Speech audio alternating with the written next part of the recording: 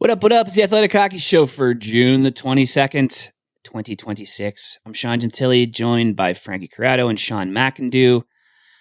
Boys, we're going to talk GM hot seats. We're going to talk Darren Raddysh. That's all coming later in the show. There was a trade of note that took place in the NHL yesterday. I'm going to tell you where I was when I knew that something like this was going to happen. I was in the car coming back from a wedding pretty close to Erie, PA. We're driving an hour and 45 minutes down the road. See, the Samoskevich trade happens. Florida sends him to Seattle. And I knew it was going to be something. I didn't know who it was going to be. We find out by the end of it on Father's Day that Brady Tkachuk, Florida Panther, joins Matthew. Ottawa Senators get a pretty solid draft pick return. We'll talk about that in a second. But, man, I think we're the first people to talk about this here on the Athletic Podcast Network. Frankie, we'll start with you, man. What was the thought that ran through that dome of yours whenever you saw that the trade went down? Did it feel as inevitable for you as it did for me?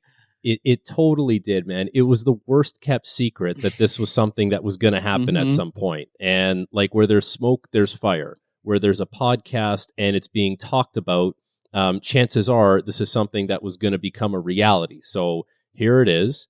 It happened. And I had a similar thought to you. When I saw that Samoskevich deal go down, I was like, is that Helleybuck or is that Brady Tkachuk? Two names. Those are the only two names that popped into my head. And sure enough, it's Brady. And you know what? Florida Panthers, we all thought they were this candidate of a team to just turn it around next year and be right back in the mix. They just added Brady Tkachuk. They added one of the premier power forwards in the NHL, wingers, and he's going to play on the same line as his brother probably. So yeah, the Florida Panthers are going to be for real next year. We'll see what they do in net. But for the Ottawa Senators, it looks like a deal that a rebuilding team would make because you're bringing back all these high-value picks. So now it's up to Steve Staios to turn these around and say, I got the pieces I need. Because you need a winger to replace Brady. You probably needed a winger already, and you need a defenseman, like a serious defenseman. So can he cash in on all that currency is the big question. Yeah, and he as we're recording this, he's doing his availability. And he has reiterated already as part of that this is not, he does not see this team taking a step back next year. Now, every GM says that all the time. But in this case, when you trade your captain, your supposed leader, your third best player. Your best player, maybe your second or third best player, probably not even that high if you're going by playoff performance. But the face of your team, you trade that guy away in a deal where you do not get a single roster player back. There is no reasonable way you can spin that as we're not taking a step back unless you're not done. And these picks that they got, while nice, are currency. They're not, don't, if you're the Ottawa Senators scouting staff, don't get your hopes up too high because they now have a lot of picks to work with, but a lot of areas of need. And according to the GM, a clear mandate that this is about continuing the progress of the last couple of years, not about taking a step back and reloading for 5 years from now. Can I just say something? Like, I'm sure you guys have been in a situation where maybe it was a grandma, maybe it was an aunt.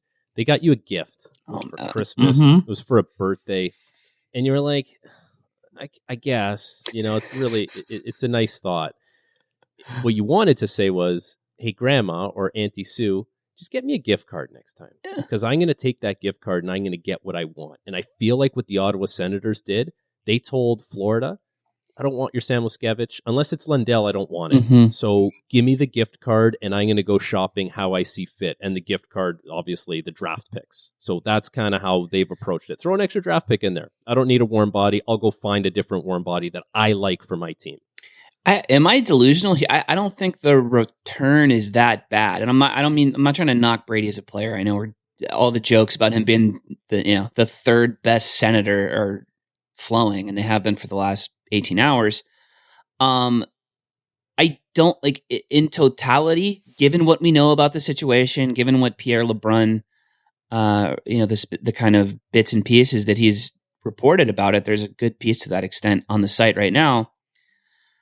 We knew that this was going to be Florida, right? And we know, like, yeah, he was Minnesota's there and yada yada yada.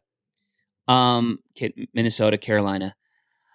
I think if we were working under the reality, which is that it was always going to be Florida, even though there was, some kind of cursory move made to leave 4 teams on the list so Steve Staios could maybe juice up the return.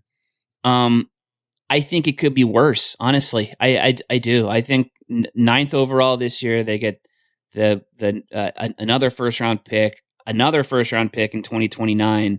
Like, am I thinking about this wrong? I don't know if this is just based on, because everybody and their mother knew that there was really only one destination for this guy, but I feel like that it was in a vacuum. We'll see what he does with those picks, I suppose, but in a vacuum, it's not a bad return. I totally agree, man. Think about, like, Bill Zito. This guy's in a position where he could put the screws to anyone when a player says, I just want to go to Florida, or I'm going to give you 4 teams and Florida's one of those teams. But I kind of think Bill Zito's been pretty honorable through this, and I'm just thinking of other deals that have happened where, guys have wanted to go there. And it's like, no, I'll give you a fair market return. I want to conduct business in good faith, even though I'm in a position of high leverage. Yeah, even though I've got you guys over a barrel here. Because, exactly. Yeah. He's got what he wants, and what a way to cash in for the Florida Panthers. Are you kidding me? You have one bad year, you get a really high pick, you part with a forward that maybe didn't fit your forward group the way the other guys do, and now you're turning this around. Like, I can't believe it. Like, the beat goes on for the Panthers, just like one perfect move after another, it seems like. Yeah, I think 2 things can be true. Brady Tkachuk has always been overrated based on his last name. Is that right? I think so. I think if he wasn't Keith's kid and he wasn't Matthew's little brother, I don't think he's viewed the same way. And it is also true that he is a very good player who has a skill set that is becoming increasingly unique in the NHL as far as being like the classic power forward winger. And he brings a lot of value to a team. Did the Senators get enough value? Maybe not. I don't think this is a trade that if you just put it in front of their front office a few months ago and say this they're is not going to be psyched. They wouldn't do it. But under the circumstances, yeah, they did just fine. And you're right. I mean, this is a lot like the Panthers Matthew Tkachuk trade, where it was another situation where everybody knew the team had to make a move. Everybody was waiting around, and the Panthers just elbowed their way to the front of back then a pretty decent lineup of teams, and said, "We're ready to drive off the lot right now. Yeah, here is our offer. We want to do this today." And they kind of did that with this one as well. And obviously, there's a time crunch. You're dealing with a 9th overall pick that you can only move for the next couple of days. That you presumably are not going to have a pick like that again anytime soon. I don't know. Here's my question. Give me a number 1 through 8. Where do the Panthers rank right now in the Atlantic Division as far as you projecting next year? Let's not say standings. Let's not say who finishes where. Who comes out of that division? Who's got the best odds to be in the conference final representing the Atlantic and the Florida Panthers? 1 through 8, and I'm guessing it's not going to be 6, 7, or 8. No, they're on top of that division for me. Are they 1? Are they ahead of? Montreal and Tampa, I think, are the only 2 teams you put in the conversation. Even I'm done believing in the Tampa Bay Lightning. Like, I've picked them to win too many playoff series over the last couple years. Like, they're back in show me or shut up mode, I think. So I will, and Montreal. Frankie, we've talked about this. I think in some capacity, like we love the core. There are holes on that roster still that they're not world. It's not world ending stuff, but they have some slots to fill and they have some questions to answer before I'm ready to put them in that group. So I think it's maybe you can call it 1A, 1B, But it's tough to not look at. And I know that all these guys are old and blah, blah, blah, blah, blah, but I They're can't. Getting there. And they have no goalie. Literally. We think they don't have a goalie. They have a plan, though. They have, and I wonder if, like, you know, they could say what they want about Anton Lundell potentially being their number one centerman at one point. I don't know how much down the road Florida looks. Like, I wonder if Florida just looks at it and says, we're going to win right now, and we'll figure the rest out later. So, who cares? let's just say the quiet part out loud. The Ottawa Senators were told by Florida, Lundell is off the table. Don't ask about him. Mm-hmm. Was that because, as has been reported, the Florida Panthers just love this kid and think he's a big part of the future? Or was that because they've already got something in their back pocket? And I'll just say, Connor Helleybuck, and he's a big name that would go in that deal. And so they're going to manage to pull off both of these because they don't have the trade assets to go get Connor Helleybuck right now, unless Lundell's part of it. Correct. But they do have the cap space. As much as they just got a big ticket, they could still make it work cap-wise. Are they going to go out and get Connor Helleybuck too? I think so. And hold on. Look at it from the Winnipeg Jets' point of view. They're dying for a centerman. Like, they need someone to play under Mark Scheifele. And if Helleybuck doesn't want to be there, you're going to tell the Winnipeg Jets, listen, we can do Lundell. They would sign up for that in a heartbeat. Mm-hmm. Now, it's a hypothetical. We'll see if it happens. But boy, like that gets the deal done. I mean, we know the conversation has happened. I feel like we can say with pretty good, the two teams have talked. I can't imagine that they haven't. Lundell makes more sense for the Jets than draft picks do. Like, if you're Ottawa, you can say, like, all right, fine, we'll take the picks. We can use them. We can try to flip them for Jason Robertson or whatever they're trying to convince themselves is going to happen here. That's easier to do with Ottawa. I think where Winnipeg is in their lifespan, excuse me, especially looking for someone to play behind Scheifele as long as they have, I think Lundell is an easier fit for Winnipeg. So it would make sense that you'd want to keep your powder dry if you're Florida there. Yeah, dude. If I'm Steve Stais, now my process is I need to identify the rebuilding teams that are going to value picks and who do they have that are good players that can help me win right now. The first team I think of is the Vancouver Canucks. They would love to draft as much as they possibly can. Okay, so who do they have? Do they have a right shot defenseman who's really good, who can play a lot of minutes? They do, Philip Hronek. Do they have a scoring winger who's on a big ticket that maybe helps reduce the cost of acquiring Philip Hronek because I can eat that whole ticket potentially and take it off their hands while they get an asset back? Yeah, they do in Brock Besser. Like, I think that's the first call you make if you're Steve Stais and see if there's a way you can package those guys together, unless I'm like pie in the skying that. But I think that makes a lot of sense, especially with Travis Green having familiarity with Brock Besser already. It's interesting. I haven't been online enough in the last 24 hours to see if that got floated, but that makes tons of sense, man. Yeah, there was a lot of Jason Robertson talk, and that doesn't make sense to me. There's a reason I discounted that too, by the way. That's like that's like the, okay, like whatever, go get another American player who has contract leverage and control and all of that, and unless he really wants to be your guy, I don't think that makes sense. The other piece that's been talked about is offer sheets. That this does potentially, that the picks they acquired can't be used in the offer sheets, but it frees up their own potentially. They could feel better about taking a swing at somebody. So that's an option too. I think there's a few ways that the Senators can go with this. The Jason Robertson thing is I can't see that happening. Do we know? Like, his brother plays in Toronto, right? Like, his brother's been sometimes dangled on the trade market forever. Do American players like playing with their brothers? Is that a thing? No, I don't. What I'm saying is, like, if anyone knows the intricacies of a Canadian market and how crazy it can be, it would be this guy. Like, he's not. He doesn't have to put himself through that. So why would he? Unless you're going to pay him you just pay him more money than anybody else would. Like, I don't. I mean, sure, that always talks ultimately, but I don't know. I got to say this. Here is the thing, and this is maybe me being in Ottawa that has really landed with me, because Sean, you said you hadn't seen a ton of the online chatter. About Vancouver, at least. Yeah, I have been shocked at the reaction from Senators fans. Because my first reaction when this deal came down, I tweeted it out. I said, this is a decent return for Ottawa, but man, what a kick in the teeth for Sens fans.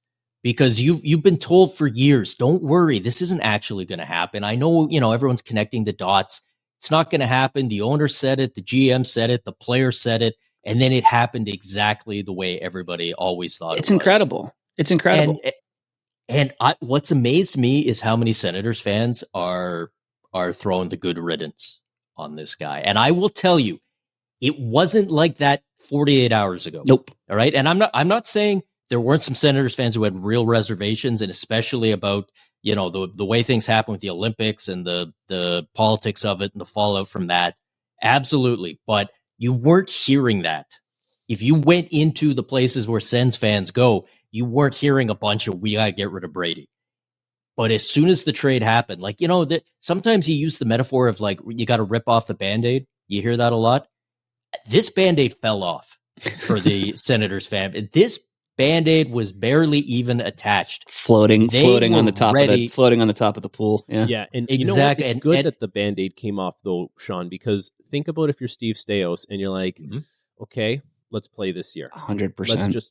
Let's go into this year and see what happens, because I'm in win now mode and I need to do well this year. So now you carve out a year out of that deal. What's your value next summer? He maximized, I think, the most he could possibly get for Brady doing this 2 years out and allowing Florida to get that extra year out of it. And if you're looking for a backlash, it so far has not happened. In fact, it has been the opposite. And we've got, you can already kind of feel like the knives are out. And I'm sure there's going to be some stories in the next couple of days about, the teammates thought this, or this is what happened behind the scenes. I don't know how much of that will get out or not, but this fan base, I have almost never seen a situation where a player who was this popular in a fan base has been traded, and almost right away the fans kind of look at each other and go, you know what?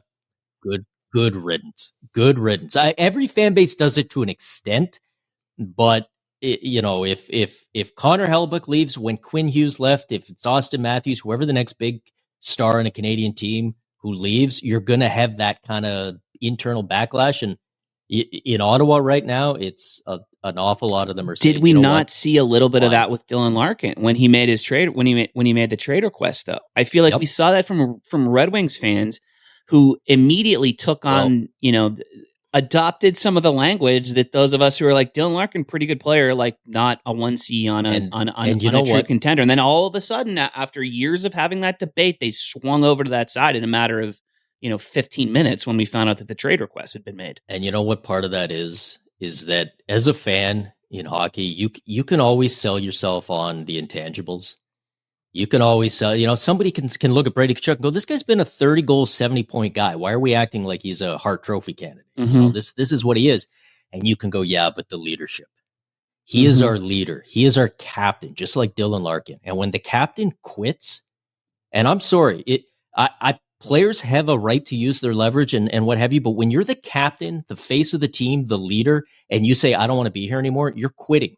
You're quitting on your team. You're saying, I want to win. We can't do it here. I can't pull you over the finish line. I need to go somewhere else where someone is pulling me over the finish line. You're quitting. And I think that just really diminishes in a way that, maybe a Quinn Hughes or a Mitch Marner, like it doesn't land the same way with the fan base because those guys weren't supposed to be the guy. They didn't sign up for that. And Dylan Larkin did. And Brady Tkachuk, you take the captaincy in an original six or Canadian market, and then after a few years you go, this is too hard. I don't want to. And I don't want to bury Brady Tkachuk too much because the chance to play with your brother is a big deal. And that is I get that to an extent. It doesn't bother me as much with him as it does with Dylan Larkin, but you're still the captain.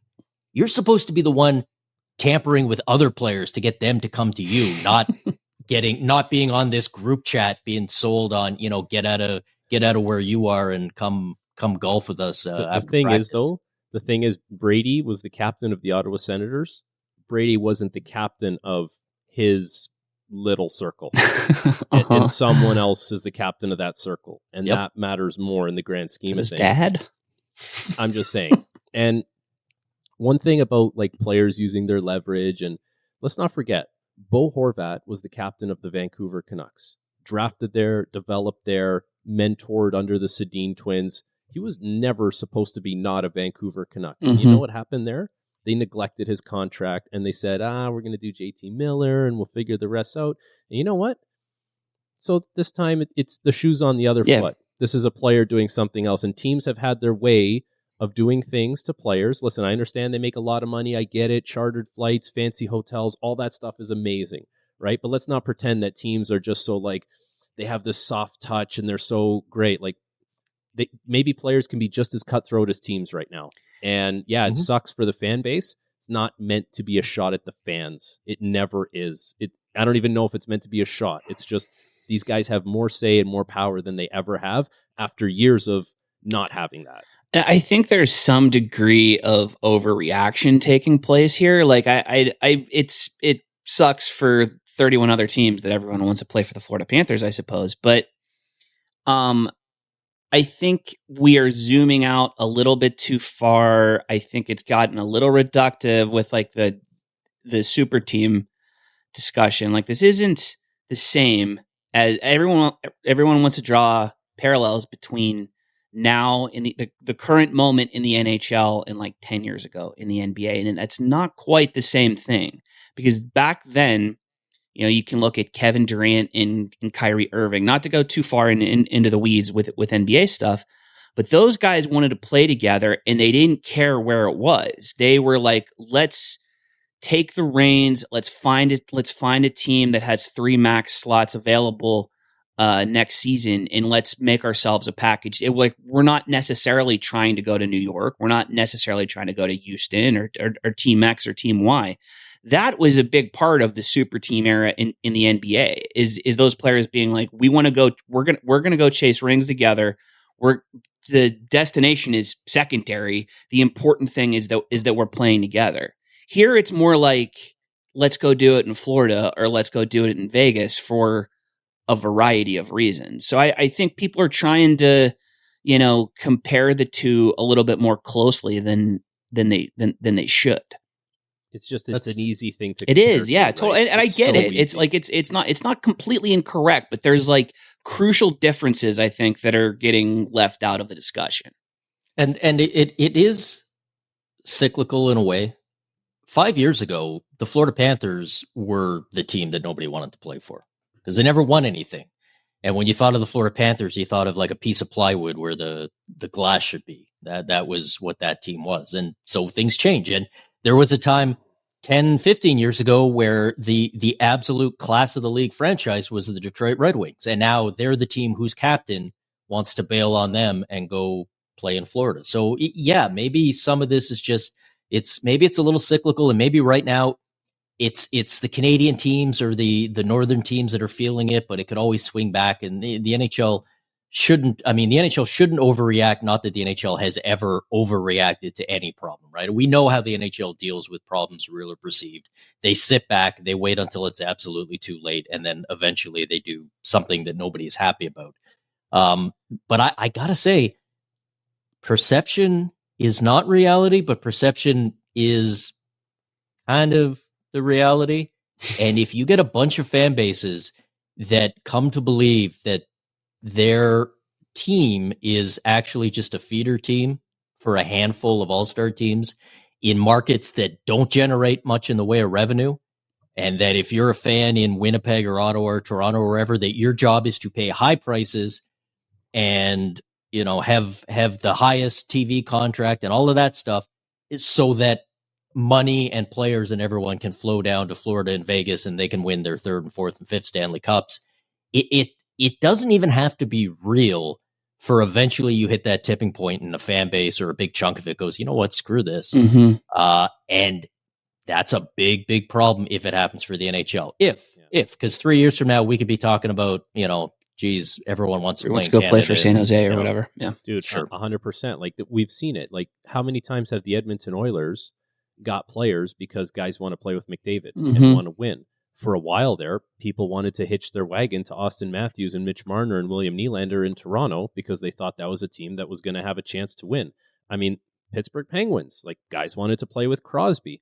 These are not, there's not palm tree destinations, but what they were at the time were well-run organizations that had a lot of success in the regular season. Some of them had a lot of success in the playoffs, and guys wanted to be there. There would have been conversations in the NHL between guys at dinner or on the bus or, warming up on a bike, and you're down in Florida and you're like, man, imagine these guys ran a real tight operation down here. Everyone would want to be down here. Like, those are conversations that happened. And guess what? Vegas came onto the scene. They run a great operation. Florida runs a great operation now.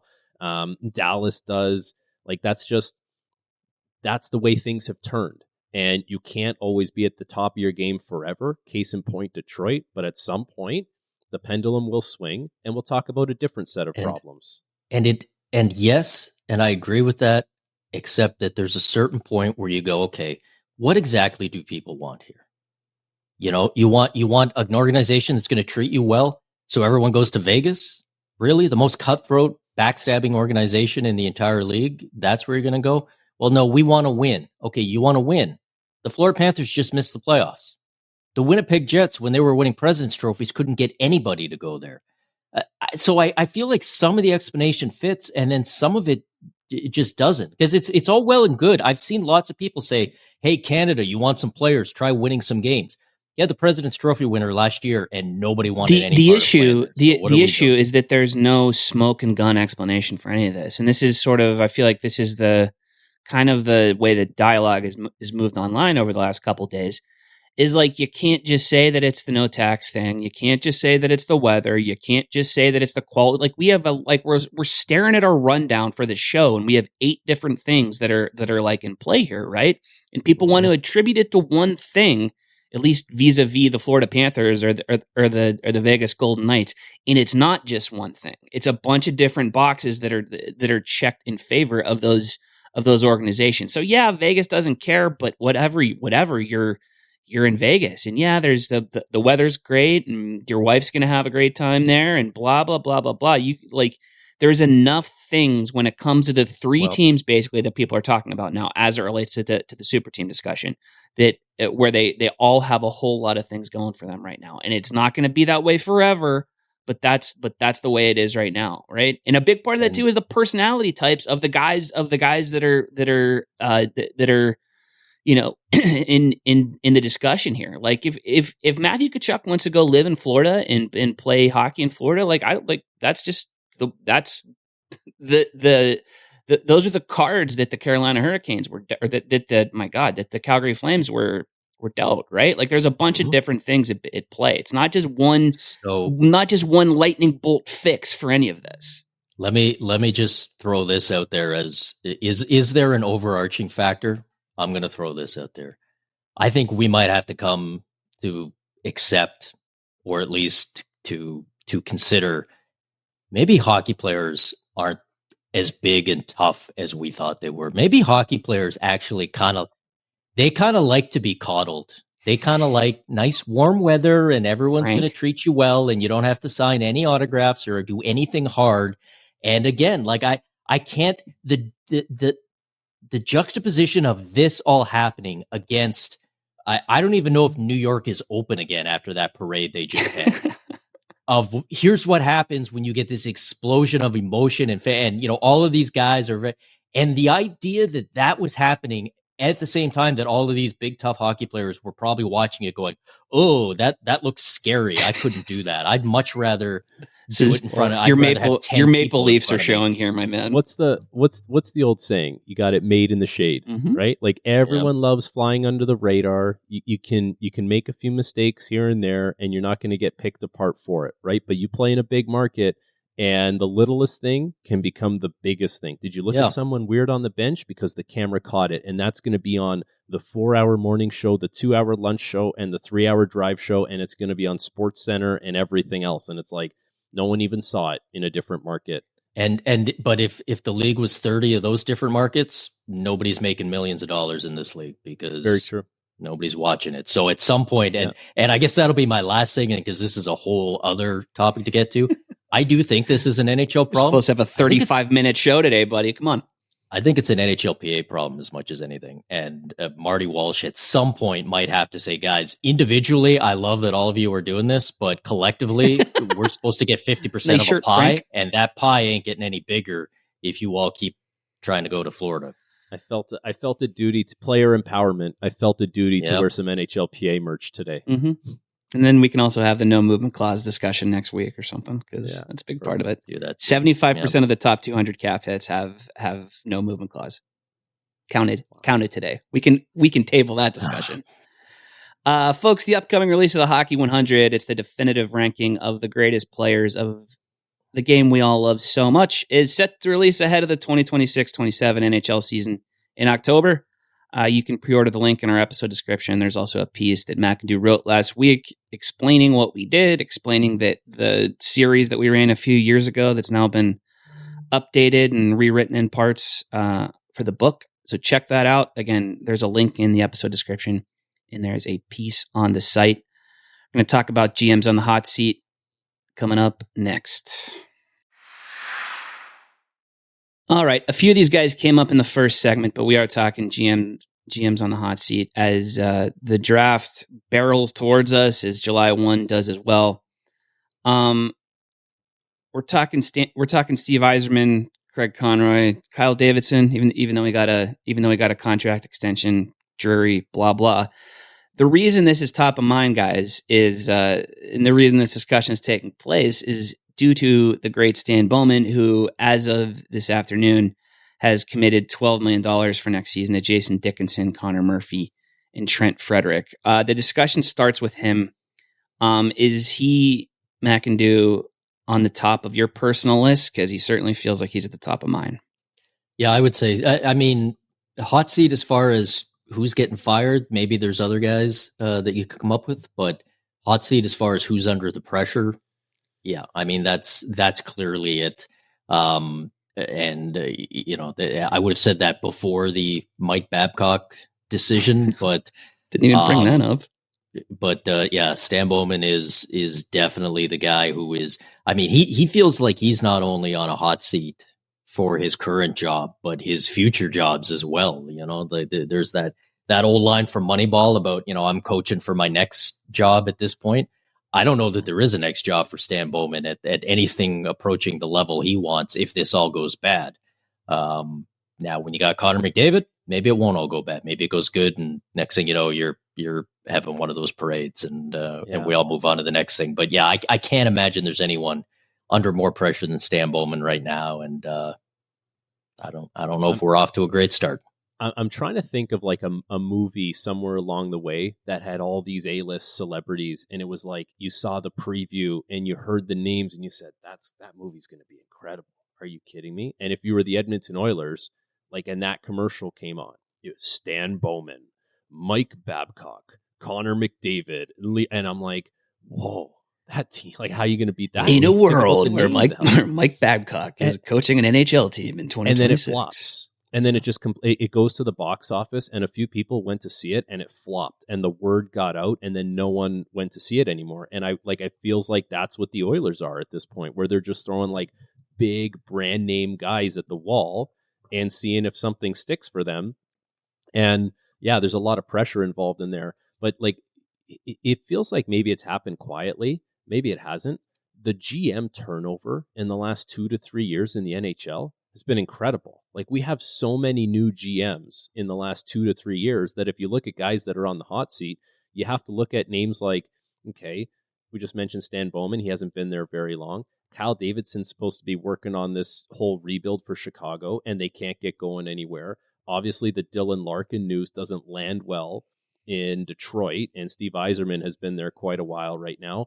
But like, there's a lot of teams that have moved on from GMs recently and have a new guy that's really trying to build up their organization at this point. And, I think the best example of getting like a new GM bump is obviously Buffalo, but they have to continue that. And Yarmo's got to make the right moves now, or like, I'm not going to say that Buffalo's going to be back where they were, because it was an incredible season and they deserve everything that they earned. But, it's just, there's been a lot of turnover over the last few years as far as general managers go.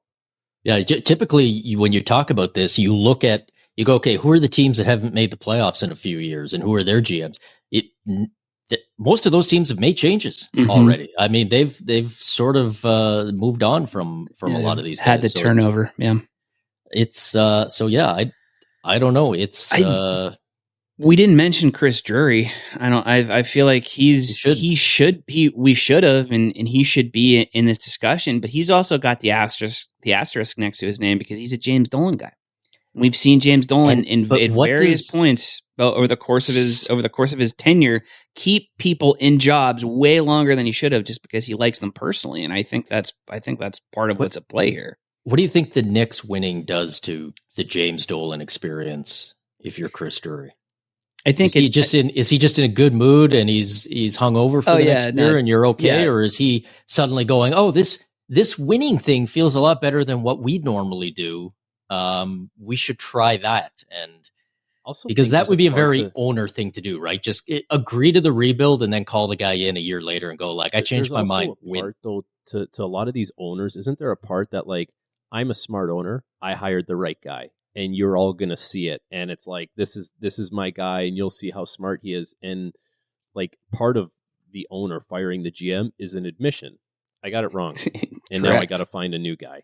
Like, and I don't think they want to do that very often. And I think that's what gives jerk, because like James Dolan, he moves out Jeff Gorton, and the power struggle goes to Drury and blah. Like he's like pot committed with that guy in a very real way.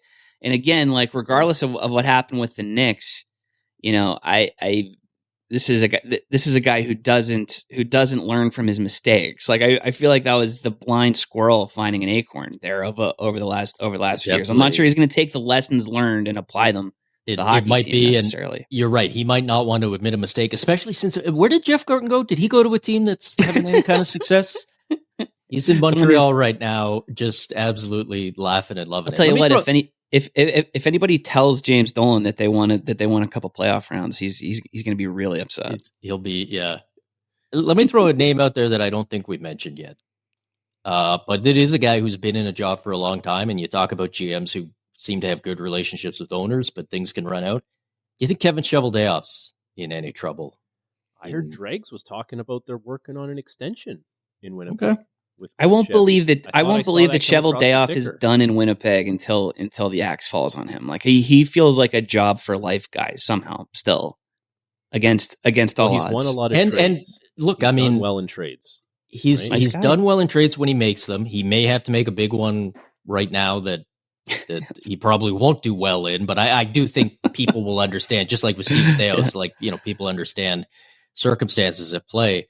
And it's not, I mean, we talk sometimes about, certain people and they know the market, and it's usually kind of nonsense, but Winnipeg is a very unique market in the NHL, and maybe Kevin Cheveldayoff understands it better than anyone else. But when you look at frustration from a fan base, certainly Winnipeg was up there this year, let's just say. Enjoy Anton Lundell, Chevy. That's what I say. Mm-hmm. We'll see how that goes. He signed through 2030, though. Lundell is, so you don't have to have that discussion whenever that trade inevitably happens. Mm-hmm. Frankie, what are you doing this week? We did our draft preview show this morning, so that's up on TSN. So we went through our first round, and then that's about it. Actually, it's pretty quiet for me. I'm not going to lie. Professionally, not personally. Yes, correct. Always. All right, buddy. I think the three of us are back for one more show on July 8th. Have a good summer.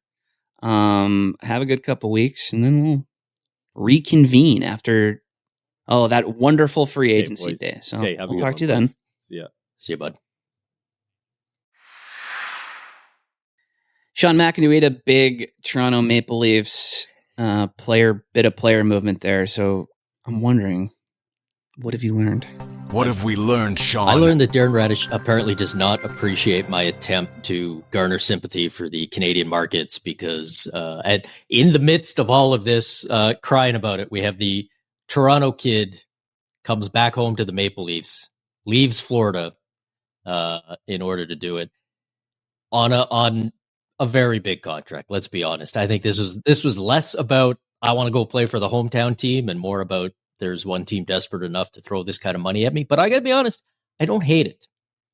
I think this is a extraordinarily high risk reward signing, even more so than most of these big contracts you see get handed out, given the age, given the track record, all of those things.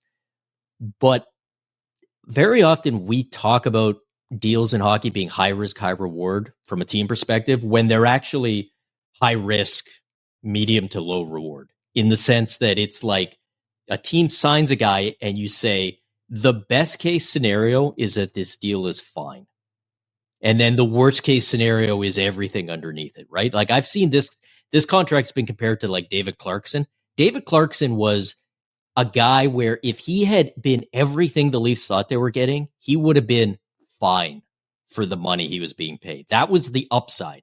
And the downside was it could be a disaster, and obviously it was. This could be a disaster. This could be a David Clarkson level disaster for the Leafs, absolutely. But there is an upside here. There's an actual upside, which is if this guy keeps playing like last year, if last year was kind of for real, I mean, he got Norris votes last year. Look at the 13 or 14 guys who got Norris votes. There's none of those guys are ever going to be available in trade. And then there's one guy, and the Leafs give up a 5th round pick, and they're paying him $8 million and change. If he can play like last year, he's well worth $8 million for as long as he can maintain that level. Huge if. Absolutely a huge if. But there is at least a realistic world where next year we're sitting here and he's had another 65-point season, let's say, and you're going, yeah, the Leafs got a bargain. This guy for $8 million is fine as their number one offensive defenseman. We'll see how it works out, but at least I like the fact that there is room up top, which you don't always see in these deals that where the risk is obvious and scary at the other side. I think 8 million is just a number we're going to have to get used to guys like Darren Raddysh making. Like that's just the way it is. Like if he plays, you said it, man, if he plays for 3 more seasons or 4 more seasons, the way he played last year, you said that's money. That's money well spent. And then the other thing is, and I'm sort of forcing myself into this, is the term, right? 8 years, obviously by the end of it, this is going to be a bad contract by the end. Mm-hmm. But we've seen so many teams get out of bad contracts in various ways that I no longer think that they're as disastrous as I often do. No, because you can retain retain a little bit of salary, maybe throw in something else, and then boom, it's fixed. It's not that it's not a death sentence the way it was. Even David Clarkson, the Leafs found an escape hatch on that somehow, and we see teams do it, and we'll see how it goes. And the other point that a couple people have made is if Raddysh steps in and he plays well and he lives up to the contract, great, awesome. You've got a team that is maybe back in the playoff mix. Austin Matthews maybe wants to stay. Who knows? If he comes in and he goes back to being the 30-point guy and it's a disaster, it's probably a disaster as part of an overall team disaster, 100%. Which means Matthews is leaving and Nylander's leaving, and so. Honestly, you have bigger problems. You're gonna have bigger problems than Darren Raddysh's exactly. contract. Like what's the downside is so what? It'll be like the 8th biggest problem you have, which is a depressing way to look at it, but also it's hard to imagine a world where this contract is the worst thing that the Leafs have to deal with. Let's put it that way. It's true. I learned that in Winnipeg there is a Jonathan Toews Sportsplex. It was in the piece that Murat Atesh and Mark Lazarus wrote yesterday to commemorate Jonathan Toews' retirement from the NHL after a gazillion regular season games. I guess he purchased and runs the former Dakota Community Center, which is where he played as a kid, and that's where he made his retirement announcement. Learning that hammered home, like I feel like Toews playing for the Jets was something that was a huge discussion point at the start of the season, and then we realized pretty quickly that it wasn't going to end the way anybody wanted. And that's a bummer. Like I think having this kind of retrospective that happens when he announces his retirement, it reminds you how cool that could have been if it would have worked out the way that, Jonathan Toews and Mark Chipman and Kevin Cheveldayoff, envisioned when that deal was struck last year. So, happy trails to Toews, man. He was a great player for a long time. The end wasn't necessarily the way that the way that anybody wanted it, but the way it's being treated and the way it's being written about and discussed, it really does hammer home how important that guy is to the city of Winnipeg. And that's something that's always cool to be reminded of. And that's why I don't mind that he came back and gave it a try for a year, and then it happened in Winnipeg. Because I mean, we see this a lot, and it's a very entitled things that fans do. But you see like Jerry Rice plays a year for the Seahawks, and you as a fan, you go, I kind of wish he didn't do that. Mm-hmm. Right? Like there have been a lot of guys where you look back and you go, I wish they hadn't come back or played that last year or whatever. And, I didn't need to see the Matt Sundin in Vancouver year. I wish they had just, and in this one, I mean, the circumstances were very unique, but the thing that makes me happy for Jonathan Toews is even going through that year that he went through and realizing that, he didn't really have it the way he used to. Now he knows. And for a while it looked like, if he never came back, he would always wonder. And now he knows. He gave it a try. He did everything he could. He did everything his body would let him do. Now he knows. And hopefully he can leave, even though it's relatively early in his career still, and hopefully he can leave with some peace and some sense of, I left it all on the ice, and now I can move on to the next chapter. And he gets to stand at the Jonathan Toews Sportsplex and see people wearing Jonathan Toews Winnipeg Jets jerseys. Like, that's worth the cost of admission, man. Even though, like I said, ended a little early and a little inauspiciously, it's still a cool thing, and still a cool moment a Canadian icon who wanted to come back and finish his career in Canada. Imagine that. The last of them. Wish Jonathan Toews would have tried to finagle a trade to the Florida Panthers. There's still time. When UFA day hits. Future Florida Panthers 4C Jonathan Toews announces retirement. All right, buddy, what do you got coming up this week? Boy, what do I got? Draft stuff. We're gonna take some looks at soon, huh? The various drafts, and we got the Hall of Fame announcement coming in about an hour. So I've got my latest class of the Hall of Very Good. This is not an insult. This is a compliment to go into the Hall of Very Good, and it's usually a fun day to remember some guys. I'm glad we took a year off from you telling me why I'm wrong about Henrik Zetterberg being a Hall of Fame caliber player. I mean, you are, but that's good. Taking a break. I'm glad you learned. Thanks, buddy, and thank you to the listeners, and thank you to the viewers. Your support means a ton to us, and we love having you. Max, Corey, Scott, Chris Peters, tons of draft content coming up later this week into the weekend. Enjoy it, and we're going to have you covered from here on out. Thanks for watching. Make sure to like and subscribe and ring the bell to stay informed and catch new episodes every Monday, Wednesday, Thursday, and Friday. And in the meantime, you can join our Discord community. We'll see you there.